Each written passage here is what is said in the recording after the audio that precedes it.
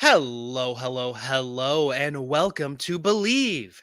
That's BLEAV in Lions, right here on the Believe Network.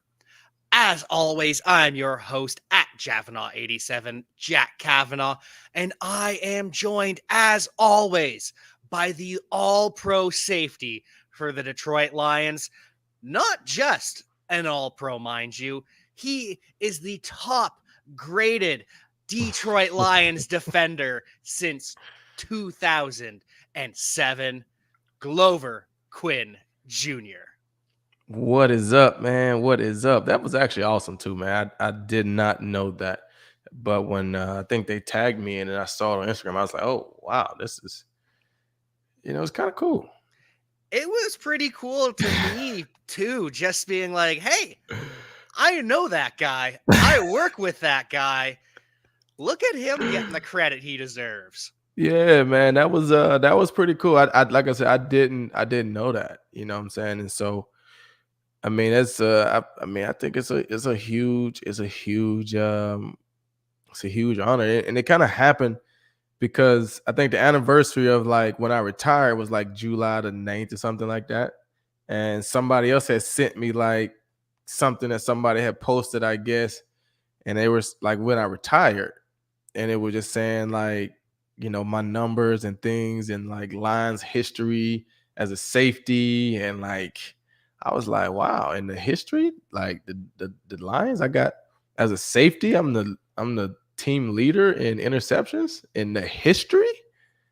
I'm second in tackles for a defensive back. Whew. Not too shabby. You know what I'm saying? So and then like a couple of days later, the other one came out about the top graded defender. I'm like, wow, like, okay, I guess I look back on some of my time in Detroit and it wasn't too shabby. It definitely wasn't too shabby. And so, for those of you who are not caught up, PFF, Pro Football Focus, they released their top graded players on offense and defense for every team since 2007, I believe, is the first year. 2006. 2006, thank Mhm. you. And for the Lions, of course, we know it was Calvin Johnson on offense with a 93.0. And on defense, it was our man, the myth, the legend, Glover with a 91.0. Yeah, man, that was I don't know, man. Like I still don't know. I don't know. I don't know. But it was great because I think about. I mean, there's been some great players that play defense, and some of the seasons that some of the guys had. I mean, DeAndre Levy had a phenomenal year, and that's just a guy that I played with. Thinking about what Ziggy did one of those years, and think about how great Tully played, and just some of the things like that. And you're just like, wow, like. And those are the years that I remember. I'm sure they were great. I mean, Sue was there, you know what I'm saying? So I know he had some great performances on defense at some point. You know what I'm saying? Dre Bly was there. I know he had some great performances on defense. And like a lot of those guys, and to see like, oh wow, out of all those guys, I was the one that graded the highest. Eee. So it's actually pretty cool, man. I had to smile. I can't lie. I had to smile, because sometimes when you're in the middle of you don't think about those things. You're not really looking at that stuff. And when things like that come out years later, because you're still not like I'm not going back looking at the numbers and the stats like that. I don't really do that. But when it comes up and you see it, it's like, oh, mm. And you have a better understanding for it. Like, and that's how I feel about like Jordan and LeBron, right? And I know this is totally off topic, but when Jordan was doing this thing, I was a kid, right? In Yeah. 97, 98, I was 12 years old. 98, I was born in 86, right? So I was a kid when Jordan was doing this thing. So I remember Jordan playing. I remember being a huge fan. I remember watching him win championships. I remember, the shrug game against the Portland Trailblazers. I remember the shot against the Utah Jazz. I remember against the Phoenix Suns. I remember the pass to Steve Kerr. Like I remember all those things. But I was young, so I didn't really have an understanding of some of the numbers and the stats and the things that he was doing. Right? I was just a fan because he was such a great player. As I get older, and now you see different stats come out. Jordan was this and he did that. And you're like, wow, because I have a better understanding of the game and of stats. So when you hear and see certain things, you're like, dang, I remember Jordan being good. But as I get older, I can appreciate it more because I understand the stats. But the fact that I'm older now and I understand it and I get to watch LeBron in real time do some of the things that he's doing, it's like, wow, because I understand it. But it's the same for my kids. Like my kids are young and Jordan, I mean, and Steph Curry, LeBron, those guys are doing their things, right? They just know those guys are great players right now. They don't even understand probably what a triple double is, Mm-hmm. right? But then when they get older and they start seeing back, looking back, they're like, oh, wow, LeBron did all this or Steph did all that. Ooh, I mean, I knew they were good, but you know what I'm saying? And so for me, when you're playing, you're just kind of playing. You're not really, I'm not really, worried about all those things. And so then when you look back and you get these stats and things come out, it's like, oh, wow, I did that. I did that too. Okay. Not too bad. What when you're living in the moment, things with emotions and everything going on, sometimes you narrow in and don't realize the greatness that is happening. Clearly, it can be that way with a career. And for me, growing up, it was the Patriots dynasty. It was the Patriots. They're so annoying. They always win. They're always in it. Oh my goodness. And now you look back and think that was a generation of football that's going to be tough to ever repeat. Right. It's Very, just very tough. yeah. Very tough. And like I said, so many people don't like seeing greatness, right? So many people root for underdogs, right? Because there's a lot more underdogs in this world than like big dogs, right? So a lot of people root for the underdogs because they hate to see people continually win, right? They hate to see that. And that's just a part of it. We understand all those things, right? Like people, they root against Floyd Mayweather because they wanted to see him lose, right? They rooted against Tom Brady because they wanted to see him lose. Like they root against LeBron, not because they don't like these guys, but they just want to see somebody else win because they get tired of seeing the Patriots win it every year, right? As opposed to just sitting back and just appreciating what we're watching, what we're getting to witness, what you're getting to witness. Like what the Patriots did throughout that time is like you say, like that takes incredible amount of hard work and effort and discipline and so many different things that goes into that instead of us appreciating it, we kind of try to look to downplay it or to like root for somebody else. I won't, you know what I'm saying? As opposed to like, man, I'm getting a chance to witness something that is phenomenal. You know what I'm saying? It's just one of those things that like I'm just so happy I get to be a part of this. Um, and it's just one of those things that like as a people, and like I say, I keep bringing up the the LeBron and Jordan thing, not because I want to debate about that, but it's just so many things that I think about, right? When Jordan was playing, LeBron was considered the next one, right? And now Yeah. it's a debate if he passed him, right? Whether he passed him or not, it's a debate. It's debatable. But now that we're older and we understand what LeBron has done, think about the pressure on that kid that they consider the next LeBron. Think about Yep. what he has to do to live up to where it's debatable. You see what I'm saying? Like Jordan was here and it was LeBron's the next one, right? And it's debatable now. So whether he passed him or not, he's done enough to make it debatable.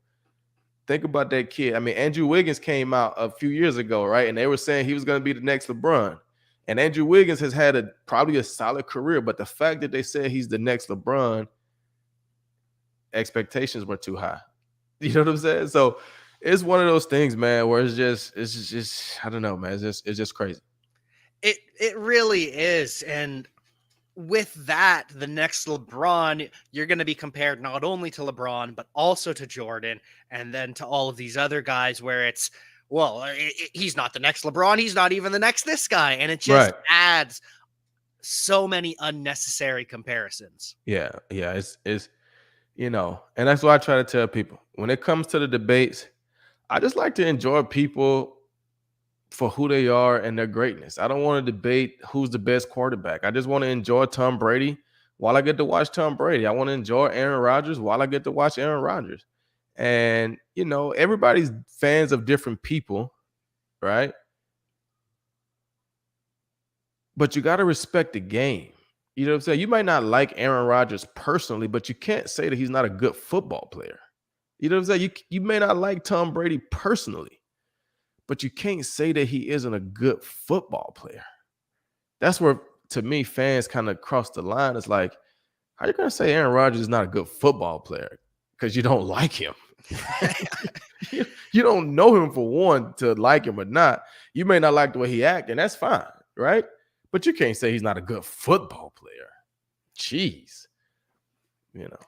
I completely understand where you're coming from here. People just get caught up in the emotion of it, the fandom. And one of the things that has triggered that lately is the Madden rankings that come out every year. We won't dive deep into the rankings. We're not going to debate who should be higher, who should be lower, but fans freak out when they're released and they see that their favorite player's too high, too low. And then you see the players get interviewed about it, and everything's kind of tongue in cheek, and they just kind of funny for the most part. Am I accurate in that assessment? Yeah, I mean, everybody wants to see their overall rating. I mean, you want to see what they rate you as.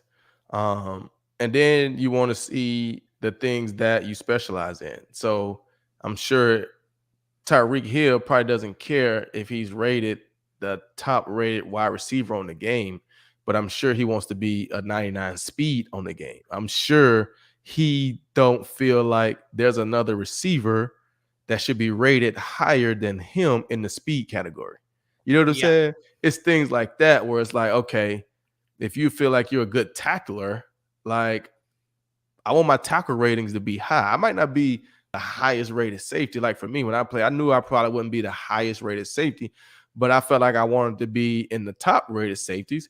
But I wanted my awareness to be up. I wanted my catching to be up. I wanted my playmaking to be up. You know what I'm saying? My speed might have been average, but I wanted the things that I felt like I was good at that made me a good player. I wanted that to be high. And as long as they got that right, I was cool with it. Because the ratings and stuff kind of, they change as the season go, right? You might have a guy that starts out as a 90, and if he's having an incredible year, he might end up a 95 by the end of the year. But if he has a down year, he might end up at 85 by the end of the year. So everybody looks at that stuff, man. For the most part, you hear about it. Some people care, don't care, but certain things and certain people that really get into it, they definitely. I guarantee you, the first thing Cheetah goes and looks at is the speed. Guarantee. And who can blame them for that? When you kind of know you're the fastest player in the NFL, I'm sure it does matter a little bit more to you. And speaking of speed, Jamison Williams ended up getting a 98 in his speed category. And even better news is that Calvin Johnson has now come out and said that he's willing to mentor the young Jamison and helping him along with the expectations that come with being such a high drafted wide receiver.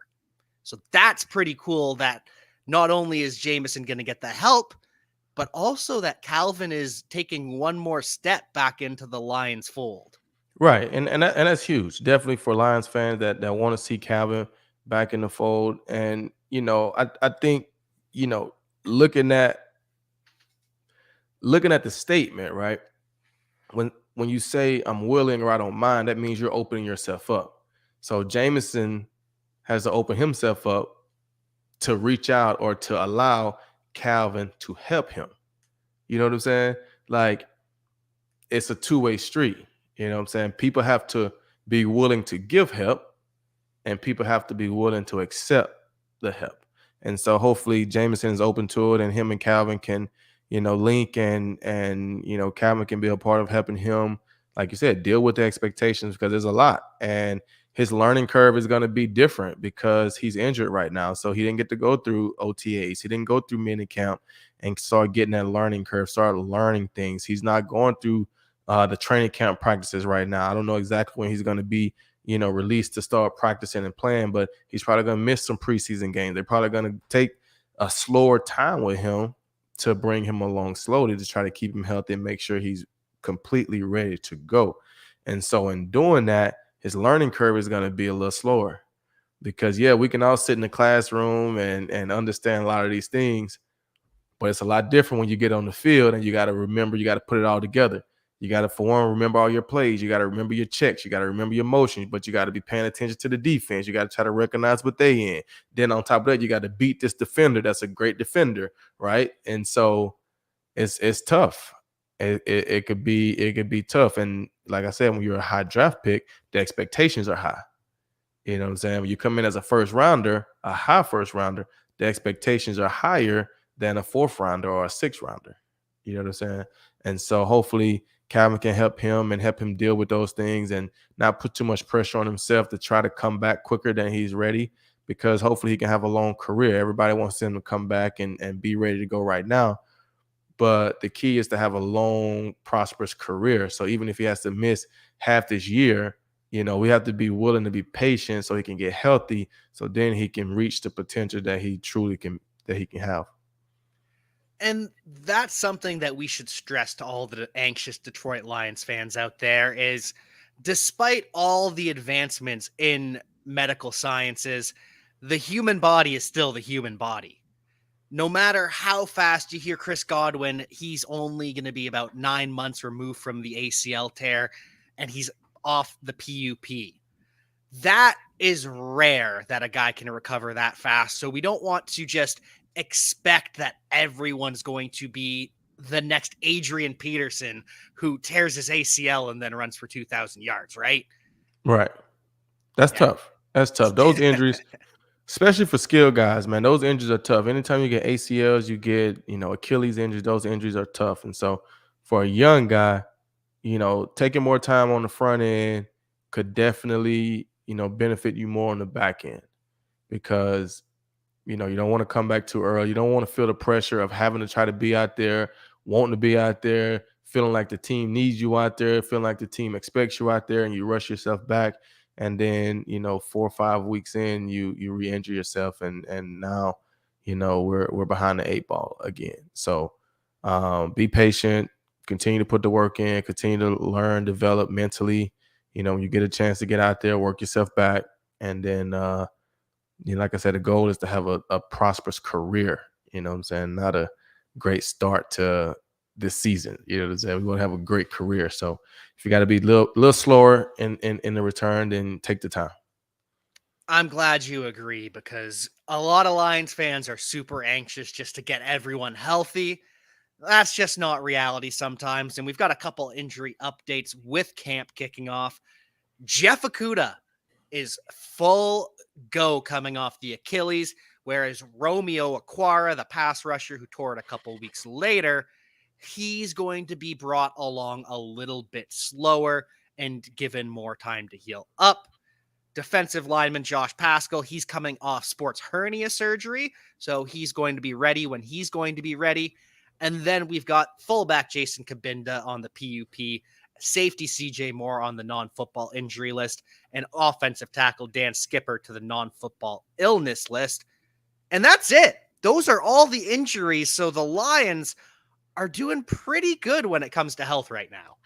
Well, I mean, we could say that, but they haven't started yet. So this is true. This is what we have going in, and we haven't even started yet. I'm sure after today, I think they had their first practice today. I saw a couple of highlights or whatever. There's more people on the injury report already. Guaranteed. Somebody hurt an ankle today. Somebody, tweaked a hammy or something already. That's a part of training camp. Those are not necessarily full-time major injuries. But after the first day, your body never feels 100% again after the first day, and you're not even in pads yet. But it's great to see that Jeff is back with no, you know, that's good to go. Turning Achilles, like I said, it's tough for a skilled guy, but he did it, I guess, early enough in the season. I don't remember exactly what week he did it in, but I guess he done it early enough in the season to where he could get the surgery, get the rehab, and go through an off season, and now he's ready to go. We saw with the running back from the Rams last year, Cam Akers, I think, tore an Achilles and was back in a few months. So I don't know if there's some different technology or something going on with the repairing of these Achilles.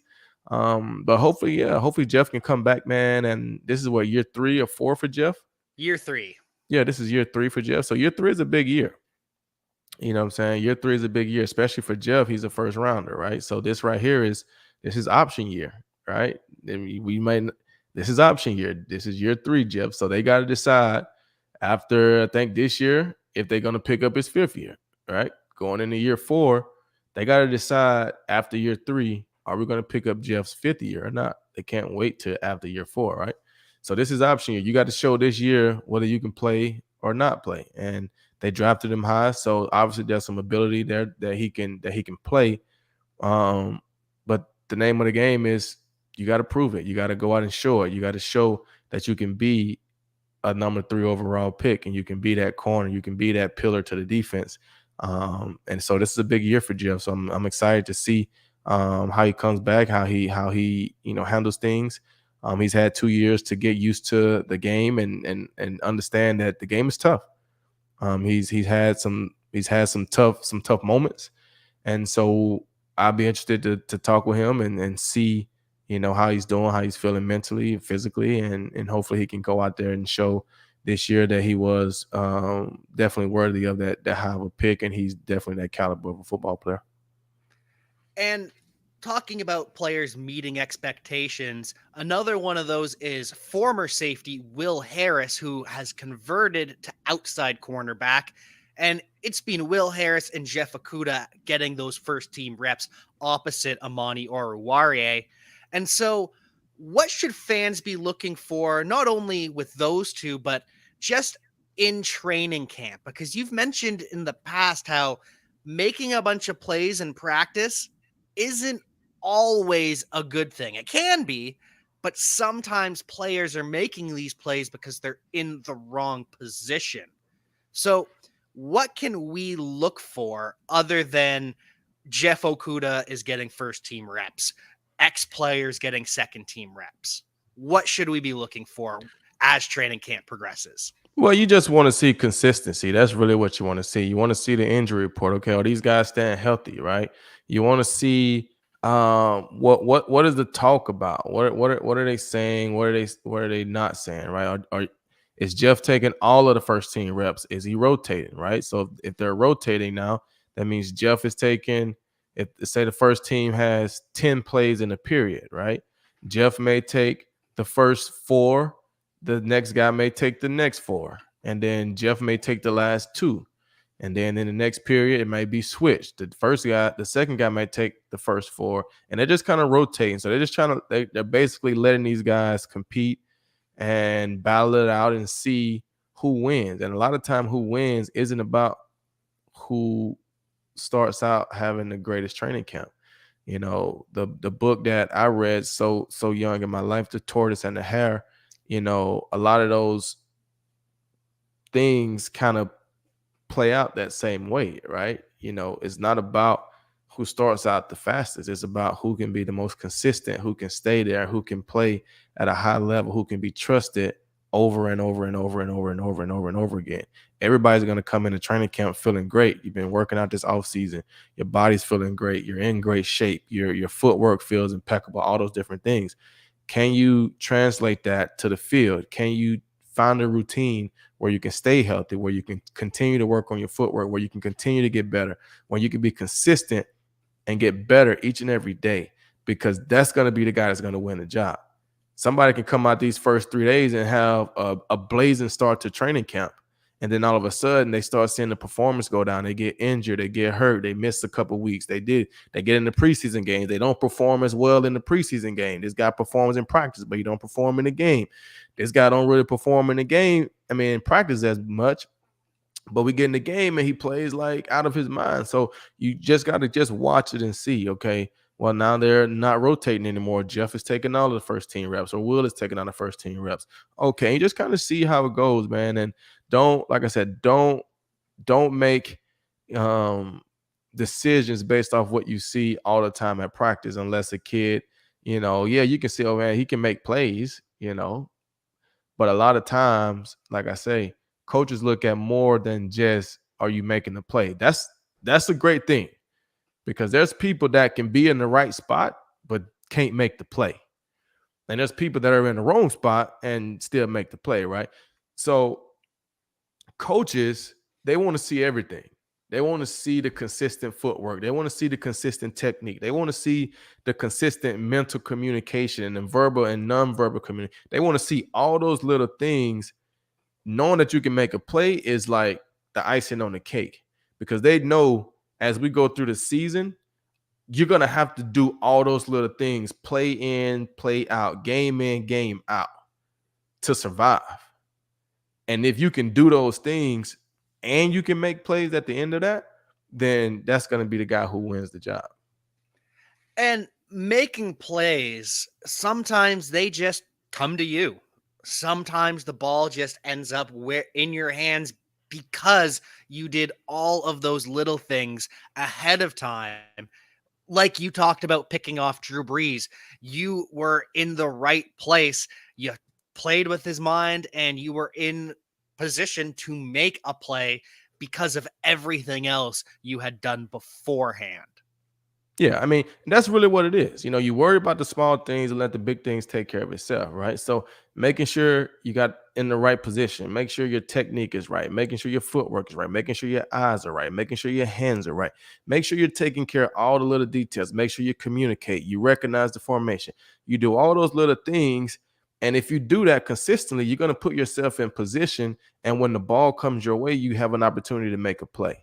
It's not about guessing what's going on. It's not about doing all those things. It's not about playing consistent one play, inconsistent the next play. It's about doing it right every single time. And that's what's so hard about it, because you may do that for 55 plays in a row and nothing ever comes your way. And the moment you relax on play 56, bums over Baghdad. You know what I'm saying? Like, you have to stay locked in each and every play. And when your moment comes, you got to be ready to capitalize on it. So that was my big thing when I played, and my message to all my DBs and my groups and the guys was, there's enough plays to go around for everybody. There are enough plays to go around for everybody. So you don't have to come and try to make my play. Every play is not your play to make. There are plays that are other people's plays to make.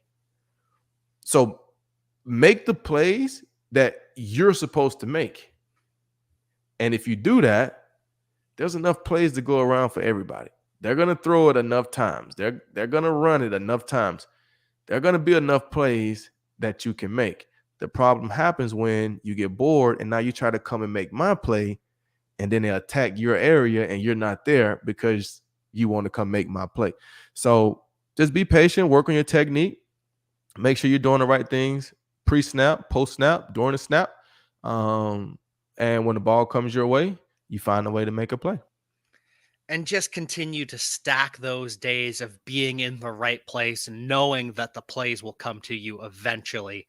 And one of the positions that it's very important not to make a mistake at is the slot corner, the nickel corner. And last year, the Lions had AJ Parker, the undrafted rookie out of Kansas State.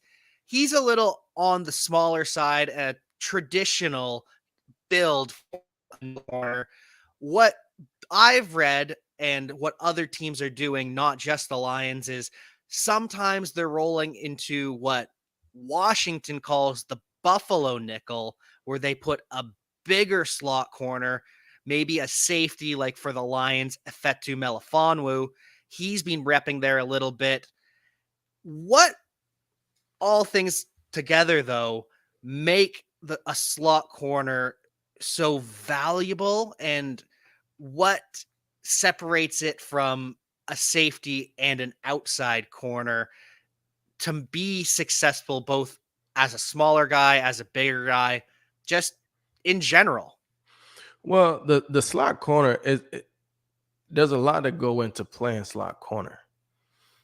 And the thing about it, you have to be able to be very versatile, or they're gonna have multiple guys that do it, right? So what I mean is a team offensively can come out in a formation on first down and forces you to go with your slot corner, right? But you look at when he was playing, you look at Larry Fitzgerald, right? They move him to the slot. He's 6'4", 240. You know what I'm saying? So he's kind of like another tight end, right? But he can also play wide receiver. So when they do it on first down, who do you put in? Do I put in my bigger guy that can play the run better? Because the slot corner is like another linebacker, basically. Yeah. Because you bring in the slot, you take out a linebacker for the most part, right? So now you only got two linebackers on the field, and then you got a slot corner, so you can still have two safeties. Or you have teams that put together packages where they know what the offense is trying to do, right? So instead of taking a linebacker off the field to bring in another slot corner, they leave the linebacker on the field, take a safety off, and put a cover safety on. Somebody that's big enough that can hold up in the run, but can also defend against the pass if they decide to throw the ball. But that's what you run into, right? These offenses can put you in a situation where, okay, they got the big nickel in, so he's better in run support, but he doesn't cover as well. But now he's covering Larry Fitzgerald, so we're going to throw the ball. He's covering, this tight end. He's covering Travis Kelce in the slot because we got Travis Kelce in the slot, right? And we got another tight end. So now they bring this little guy in to cover Travis Kelce. Well, we're going to run that way because we know Travis can block this little guy, right? So it's the game within the game. So as a slot defender, you got to be tough enough to be able to play in the run game. You got to be quick enough and fast enough to be able to cover in the slot. And you got to be able to understand all those different things. You got to be able to understand man to man, understand your leverage, because you're playing kind of in the middle, right? When you're an outside corner, you got the sidelines right to your outside and it's undefeated, right? So the closer they line up to the sideline, you already know there's no room for him to go out that way. So he has to come back inside, right? The farther he lined up away from the sideline, it's like, okay, well, why would he line up way in here? He's giving himself room to go to the outside. So those things as an outside corner. When you're in the slot, he got room on the outside, he got room on the inside, he got room over the top of you. So you got to understand your leverage and understand where your linebackers are playing at, or your safeties are playing at, where your other corners are playing at. What coverage are we in? Are we blitzing? Are we not blitzing? Am I in the blitz? They may have a nickel blitz up for me. So it's so many things that go on as a slot corner that you got to be able to do if you want to be on the field every time. Or like you say, they'll have a guy that's a bigger safety that is okay in pass coverage, but he can hold up in the run game. He can blitz for us. He can do some of those things. But if it's an obvious passing down, then we're going to put a cover guy in there that can cover a little better, because most of the time offenses, they're going to use the slot receiver and the tight end to move the chains, right? That's what they're going to use. It's 3rd and 4. They're going to the slot guy some kind of way, or they're going to the tight end to move the chains. So being able to cover in the slot is very, very, very, very, very important, especially for 3rd down. And on 3rd down and 4, you might also have to face a pulling guard or a pulling offensive tackle out in the flat too, right? So Right. there's a lot to think about as that slot corner. And I say that because the Texans drafted me as a slot corner. That's what they drafted me to play, nickel. I had never played on the inside, but they drafted me because I was tough enough, right? So in that 4-3 scheme, they wanted their nickel to be kind of like an outside linebacker. So I had run gaps, I had run responsibility. And so that's what they drafted me for. So I spent my first 2 years of my career playing outside corner on base downs. And anytime they went to any kind of anytime we went to any kind of sub package or nickel or dime or anything like that, I moved inside and played in the slot. And so it's tough playing in there. It's tough. Like to be able to cover and to be able to play in the run and take on those big linemen and fill those gaps, taking on the big running backs as a small corner, it's tough. I was a bigger corner, and it was tough for me. So for the smaller guys, they don't necessarily want to get in that fire all the time because it's tough on your body trying to hold up for 17 games now. You know what I'm saying? So it's tough. Slot corner is a tough position. They definitely deserve a lot of respect. That the ones that are good at it. I'm sure your body appreciated it once you moved a little bit deeper into the backfield and started playing a little bit more safety. Yeah, I mean, and what's crazy? So I played my first 2 years as a corner, and then I moved into nickel. My second 2 years, when I moved to safety, when Wade Phillips got to Houston, I played base downs as a safety. But then in subs and dime packages, nickel and dime packages, I moved back down and played dime linebacker, right? So I wasn't the slot corner on the wide receiver. I was the dime linebacker on the tight end. So I was still playing down in the box. I just wasn't the corner. I was kind of the safety or the linebacker. So I did that for 2 years. So it wasn't until I got to Detroit in 2013 to where I kind of moved out of the box and moved back to more of a free safety and had opportunities to make a lot of plays on the ball. But early in my career, I was outside corner, inside nickel, safety, dime. So I played all of the defensive back spots, all of them. So I know how every last one of those guys feel. And I felt like that helped me as a safety because I knew what it felt like for corners in certain situations, for nickels in certain situations, for dimes. I knew the job that they had to do. I knew how to help those guys. I knew how to talk to those guys. So I definitely appreciate, that opportunity that I did have to learn in my early years because I feel like it definitely helped me later in my career. And so, just to get back to the dime backer for a second, would you say your responsibilities were very similar to when you were a corner, both in the run game and in coverage, or was it a little bit more specialized man up on the tight end? I mean, the way we played it, for me, it was you still had your run responsibilities, but it was more man up on the tight end because of who I was. So when I played the dime, Brian Cushing was the other linebacker, right? Mm. So I'm going to be the guy that has to cover the tight end all the time. Brian Cushing's going to be the guy that's blitzing or we'll give you the back. You know what I'm saying? Why would you blitz me at, 5'11, 198, 205 pounds? And then you got Brian Cushing, 6'4, 260. You know what I'm saying? So they're going to send him to go blitz the quarterback, cover the bag, make the back stay in and block him. And then he's going to beat the back and go sack the quarterback. And I'm going to be the one stuck guarding these tight ends one-on-one. And the way the defense was played back then, the way it was set up, the better I played in a one-on-one against the tight end, the better our defense done because we had everybody else kind of double teamed and, covered and zoned on one side so we can, basically trap these guys and we can double team this guy. So the only place that the quarterback has is the tight end. So if he can beat me, they're going to win. If I beat him, we're probably going to win. So needless to say, our 2 years with Wade Phillips, I think we were number one defense. So I guess I did okay. You did all right playing that dime backer position. I'm sure the coaches were pretty thrilled with you. And with this Lions coaching staff, the energy's high as always. You see Dan Campbell in warm-ups hitting up downs. Is that something that resonates with players, or is that more just for the clip that the social media team's going to post? Well, I mean, that's just his personality. That's his personality, and that's what he feels gets him going. He feels that's what get his players going. He wants to be a part of that. That's the energy that he wants to have and to bring. And so players don't. I mean, for me, I wouldn't look at that as a good or a bad thing. That's just what he likes to do. You know what I'm saying? At the end of the day, it's going to come down to the practices, the games. Are we winning? Are we getting treated like we feel? You know what I'm saying? That's what it's going to come down to. Just because you do up downs, what is not going to change any of those things. It's not gonna. You know what I'm saying? It's not gonna. I don't know. Like I said, Gary Kubiak, Jim Caldwell, Jim Swartz, Matt Patricia, they never did a up down with me or a lunge or what I'm saying. They never did any of those things. I didn't really care. But that's what he liked to do. So yeah, I mean, that's fun for him. To get him going. He's an active guy.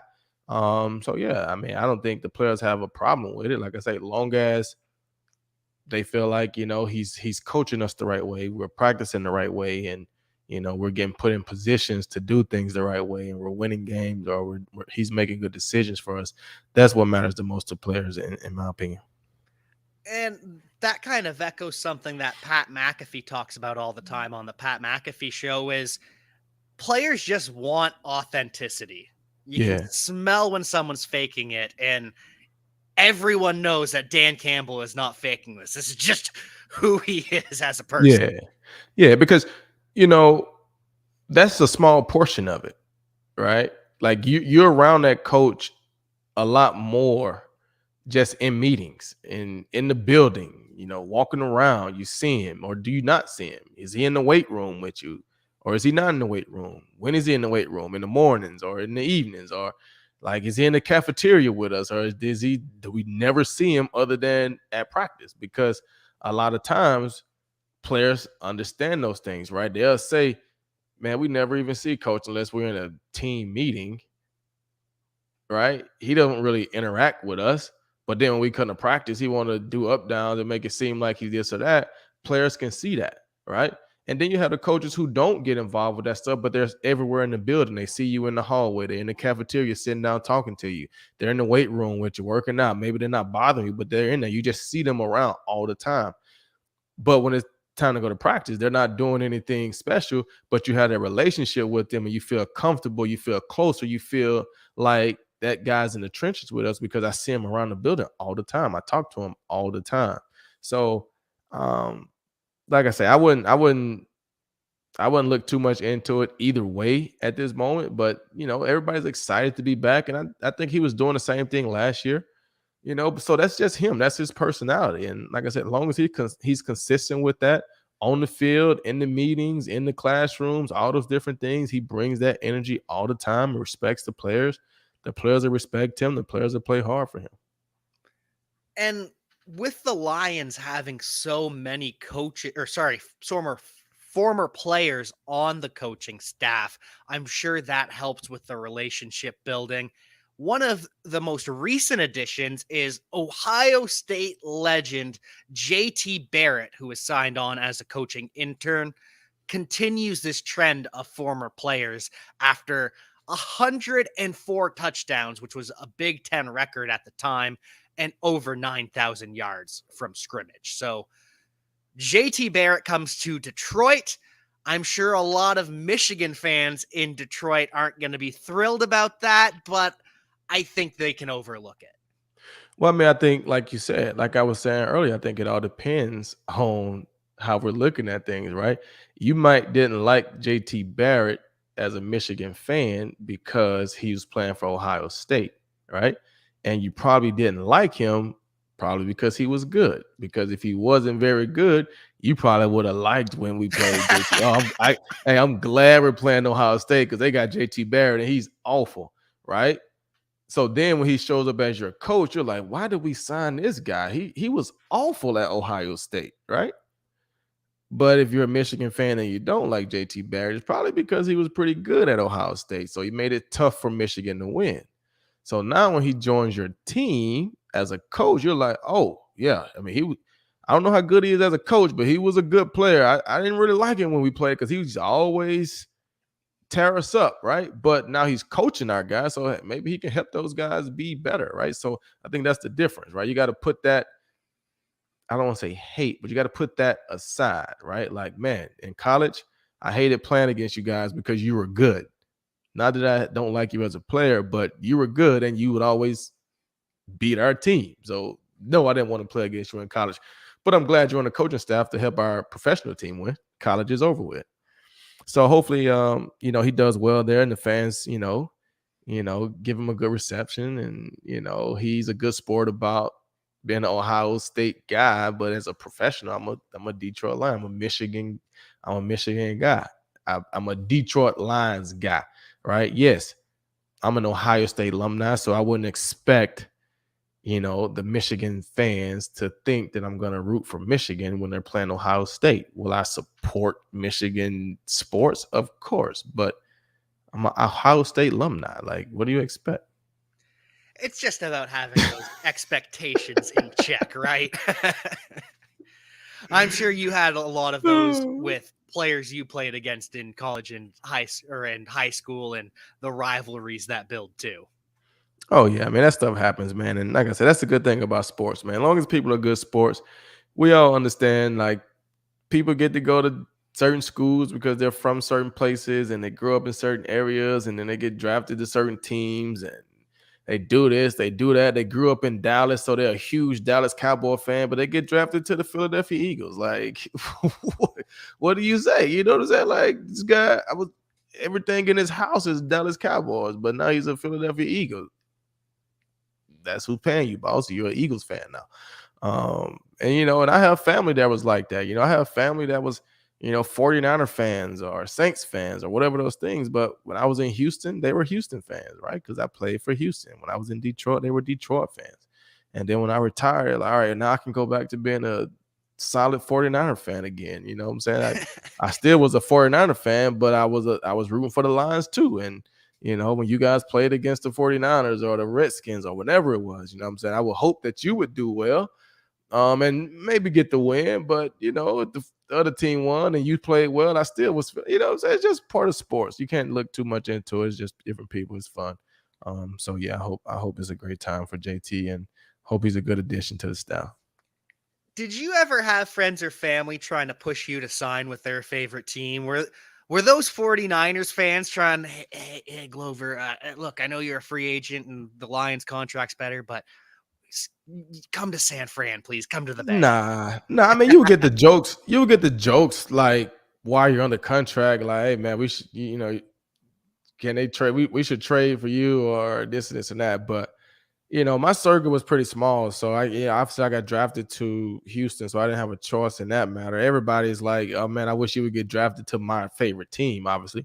But you get drafted to whoever drafts you. And then when I became a free agent, I don't recall people being like, oh yeah, bro, like come to this team or come to that team. It's kind of like, and even if they did, I'm like, hey man, I'm just going where I got the best opportunity to play. Who wants me? That's where I'm going. Like I wanted to stay in Houston at the time. They didn't want me like that, I guess. So it didn't work out. Detroit wanted me. I went to Detroit. And when you got that contract offer, was there any weird clauses that you had to meet? Because one of the bigger stories of the week is Kyler Murray being contractually obligated to study his playbook for at least 4 hours a week. Now, David Carr, the former quarterback, has come out and said they probably should have put the reverse of that in Peyton Manning's contract, where you have to take 4 hours a week where you're not looking at the playbook, Peyton. So that was surprising to me. Having read NFL contracts, is that something that's surprising to you as well? Yeah, I mean, I think, especially given the caliber of player that Kyler is, right? I mean, that is, and the fact that these contracts are public knowledge, like that's pretty tough. I mean, I think, for opposing coaches, for opposing players to know that they have contractually put this in there probably means that they know he may not study as much. And for me, being a player and understanding Kyler and his history, I can understand that as well, right? I can understand Kyler. But it's very difficult to be a successful NFL quarterback and like consistently play at a high level if you don't understand the playbook, understand all the nuances inside of each and every play, all the possible checks, all the possible routes that can be ran, all the different things that you can do to control the game as a quarterback. But when you look at the history of Kyler, a lot of times guys who are extremely athletically gifted don't have all of those hard working tools, right?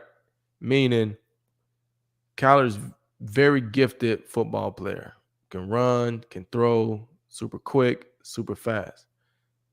So given that he won 6A state titles in Texas every year, I don't think he lost a game.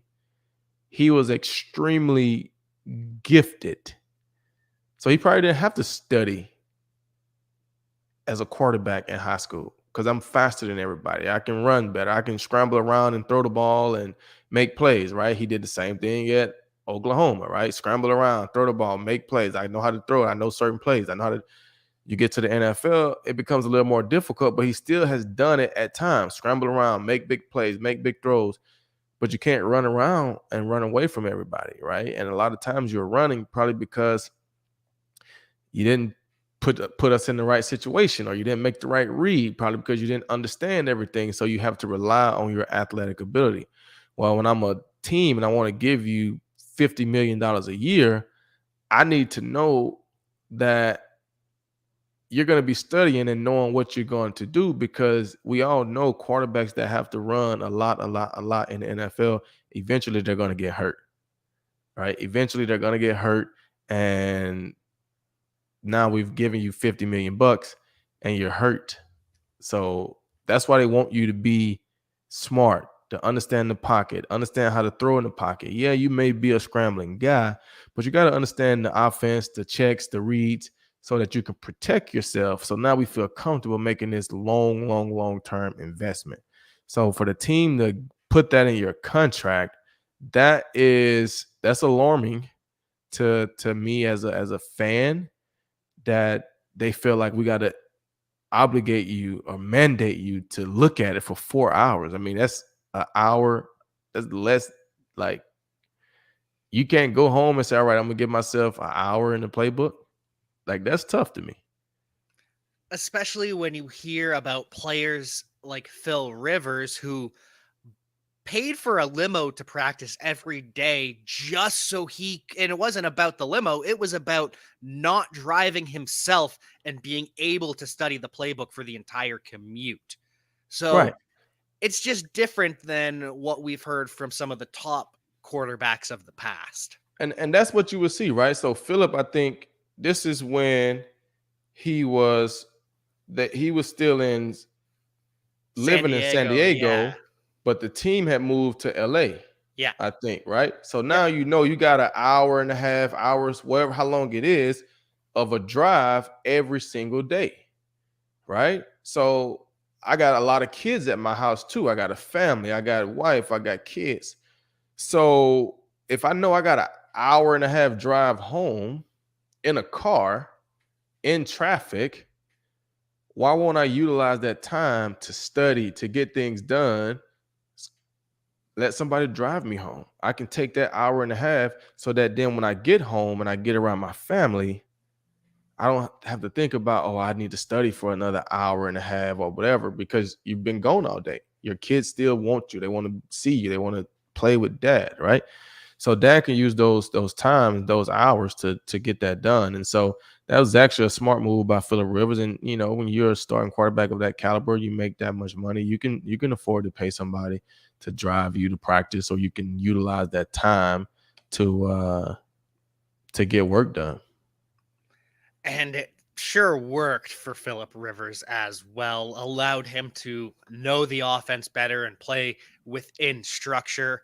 And one of the questions that have come up today is Matt Patricia seems like he's going to be the offensive play caller for the New England Patriots, even if he doesn't get the title of OC. And what some people are theorizing is if Matt Patricia were given the title of OC, then whatever the Patriots pay him in salary is subtracted from what the Lions owe him still on that final year of his deal. So that's just conspiracy theory. Had to give a nod to that. But as for Matt Patricia running an offense, what would you expect his O to look like? Is it going to be super run heavy, or I don't know. I don't either. I mean, but that's a super super Patriot move, and Hmm. that's just it's I don't even know what you call it, but it's just one of those things where they're like, okay, the Detroit Lions have to pay you this much. Okay. Hey, this is what we're going to do, Matt. We're going to let the Lions pay you. You can still call the plays for us. We just won't give you the title of offensive coordinator. It'll save us some money. We can give that money to somebody else and we keep it moving. The Lions will pay you and then you'll still make your money. And then next year we'll give you a contract and you can be the offensive coordinator. But you're in the Patriots, the organization. We all know you're the offensive coordinator. We're just not going to give you that title because then that puts us on the hook and we're going to let the Lions pay you, right? So cool. You probably make more in your last year from a head coaching salary that the Lions will pay you than you probably would make from an offensive coordinator salary. So we're going to do it that way. And I don't know how the numbers break down, but given Matt Patricia's personality, I mean, he's probably going to try to be a hard nose. Right? He's probably going to try to establish the run game. He's probably going to try to get the tight ends involved. That's kind of a staple. I don't know if he would be spread offense over the top, like, you know what I'm saying?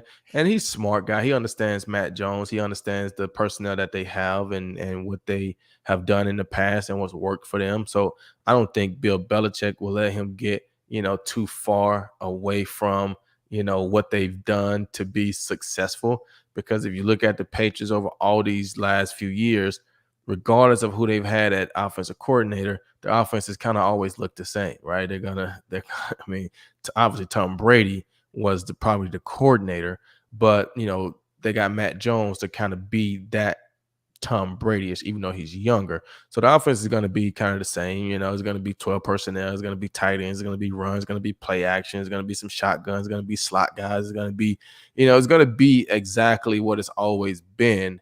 It's just going to be, okay, well, this is Matt Patricia's favorite type of plays on third down. So, he's going to run those plays. He's going to call those plays during that time. What is he going to do with what formation is he going to like? The plays are going to end up being the same, but the formations are going to be different. Is he going to be multiple formations or is he going to be simple formations? Those are going to be the things that you have to look at because, I mean, Belichick is the constant over there. So, he's still going to have his hands in there and the things that he want to do. So I wouldn't expect anything different really from what the Patriots always do. And that makes a lot of sense because even going from Tom Brady to Cam Newton, the only difference was the rush attempts by the quarterback. The Yeah. personnel was the same. It was a lot of two tight end sets, a lot of fullback, a lot of power run game, and a lot of hitting the slot receiver. Yeah. So I don't think we can expect, as you said, a wide open offense, run and shoot. We're not looking at the Arizona Cardinals with the air raid offense coming to New England anytime soon. No, and like I said, a lot of that stuff is the head coach, right? Because teams have types that they like, and they just replace bodies. They just replace bodies, right? So the Patriots, they're gonna have a running back that can be versatile, right? That can run the ball hard and he can catch the ball out of the backfield. That's what they like. They're gonna have a fullback on the roster, but they're gonna have tight ends because they want to go 12 personnel. So, we can think back to all the tight ends that they've had over the years. I leave some of them nameless, but that's what they're gonna have, right? You look back, they had Randy Moss on the outside, so they got a fast guy, a major receiver on the outside. But then you think back to Danny Amendola, Julian Edelman, Tim Dwight, like what was the other guy named Wes Welker? Like all those little guys are in the slot, right? They always got a little slot guy that had, whoever, right? So they just replace bodies. That's all they do. They replace bodies. They need a guy that can wiggle in the slot and make plays. They need a guy on the outside that can get over the top and give us an opportunity to make big plays. We need two tight ends, somebody that can block, somebody that can be a receiver for us, right? Somebody that can catch the ball, somebody, because they want to go 12 personnel and hit you on the play action. They want to run it, hit you on the play action, make easy passes for Matt Jones. They need a running back, somebody that we can hand the ball to and that can get us 4 or 5 yards, but somebody that we can split out and can win a route against a linebacker, right? Because they built off mismatches and all those different things. So they're just replacing bodies. They got a body type, they got a style that they like, and they just replacing each guy. But every team is like that.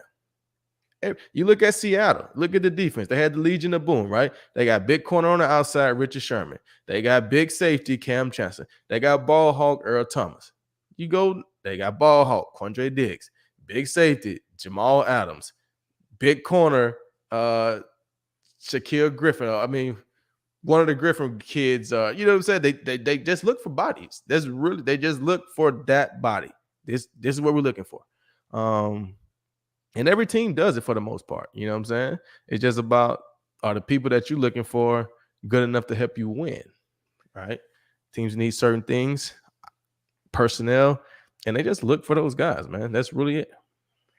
And it's really funny when you see a coach in a spot for a long time, you get to see those tendencies develop, those players that they favor. And Danny Amendola, one of the players you mentioned for the Patriots, came over to the Lions the year after you retired, and Danny Amendola has now hung up the cleats despite multiple offers to come join a couple different rosters. So shout out to Danny Amendola for the retirement and the great career. Yeah, shout out to Danny. I remember being a young guy. I think Danny was a young guy, same as me. I think he may have came in a year before I did. I think he was on. I think he was on like a Dallas practice squad or something like that, and it didn't work out for him. I think he got picked up the first time I played him. He was with the St. Louis Rams, I think at the Cool. time, and so he was he was a good slot receiver. You know what I'm saying? He was a good slot receiver. I matched up on him. I thought I did pretty well. I understood what I needed to do against him, what he liked, what he didn't like. But yeah, I played against him my first time. I think it was my rookie year in St. Louis. So he went on and had a great career. Got put in a great system in New England and was able to do what he do well. Play in the slot, play, great route runner, great hands, punt returner, great energy. He threw a couple of touchdowns and passes in New England. So that fit him and his skill set perfectly. And, he went on and, won Super Bowls and had a great career. So shout out to Danny. Shout out to anybody that can do it that long and can walk away from the game. Hopefully he's healthy, mentally and physically, and he can, go in retirement and enjoy the next chapter. And whatever the next chapter may be, we'll be rooting for Danny Amendola. Final question, talking about next chapters. We have a question from Blurry K on Reddit who wants to know your interest level in coaching, because every Lions fan's worst nightmare is Aaron Glenn is hired as a head coach somewhere next season. Everyone knows that Aubrey Pleasant is supposed to step up as defensive coordinator, but after listening to you these past couple weeks and months, some fans are starting to wonder if Glover Quinn could don the headset at some point. Oh, I definitely feel like I can coach. I mean, I feel like I was a coach when I played. I was one of those guys on the field that could, you know, coach. You know what I'm saying? And I love coaching. I love coaching. I love it. I do it a lot on the youth level at this point. Do I feel like I can coach in the NFL? Absolutely. The thing that gets me right now, honestly, is I love being around for my kids. And the life of an NFL coach is a lot of hours, a whole lot of hours. I used to show up to the building at 5:30 in the morning, and when I would get there, the coaches' cars are there. And I Woo. would be there all day. I would leave 6:30 in the evening, and when I leave, coaches' cars are still there. You know what I'm saying? So I was always like, man, it'd be very difficult for me to take a job when I'm done playing that takes me away more than when I was playing. You know what I'm saying? So that's the thing that I struggle with. But do I feel like I could do it? Absolutely. Absolutely. Absolutely. I don't doubt it either. And I think all the fans out there know that Glover Quinn would be a great addition to the Lions in any capacity that he wants. Yeah, like I said, I don't know what the future holds. I don't know, but I also, like I said, I haven't put myself out there that I wanted to do that. So you don't get any offers. You never know. But I did, just to put it out there, I did consider it, and start thinking about it a lot because it was convenient. I thought it would be convenient. A couple years ago, maybe last year, one of those years, I think Coach Caldwell was in the running for like the Texans job, and Hmm. I was like, okay, well, that may be something that I may entertain if Coach Caldwell get the job, and he wanted me to come on or would allow me to come on as a defensive back assistant or however he wanted to do it. Would I consider that? Because I'm where I stay and I'm at home. I can kind of, I thought about it, and then he never got the job, so it was kind of like okay. But I don't know. You get an offer and get an opportunity, you weigh the odds, you weigh the pros, the weigh the cons, and maybe it happened, maybe it don't.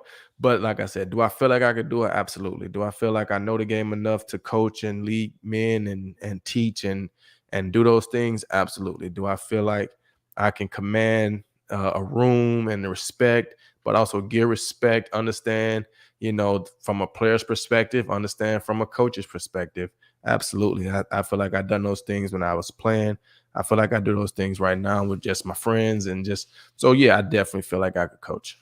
Absolutely. I think Detroit Lions fans are going to be thrilled with that answer.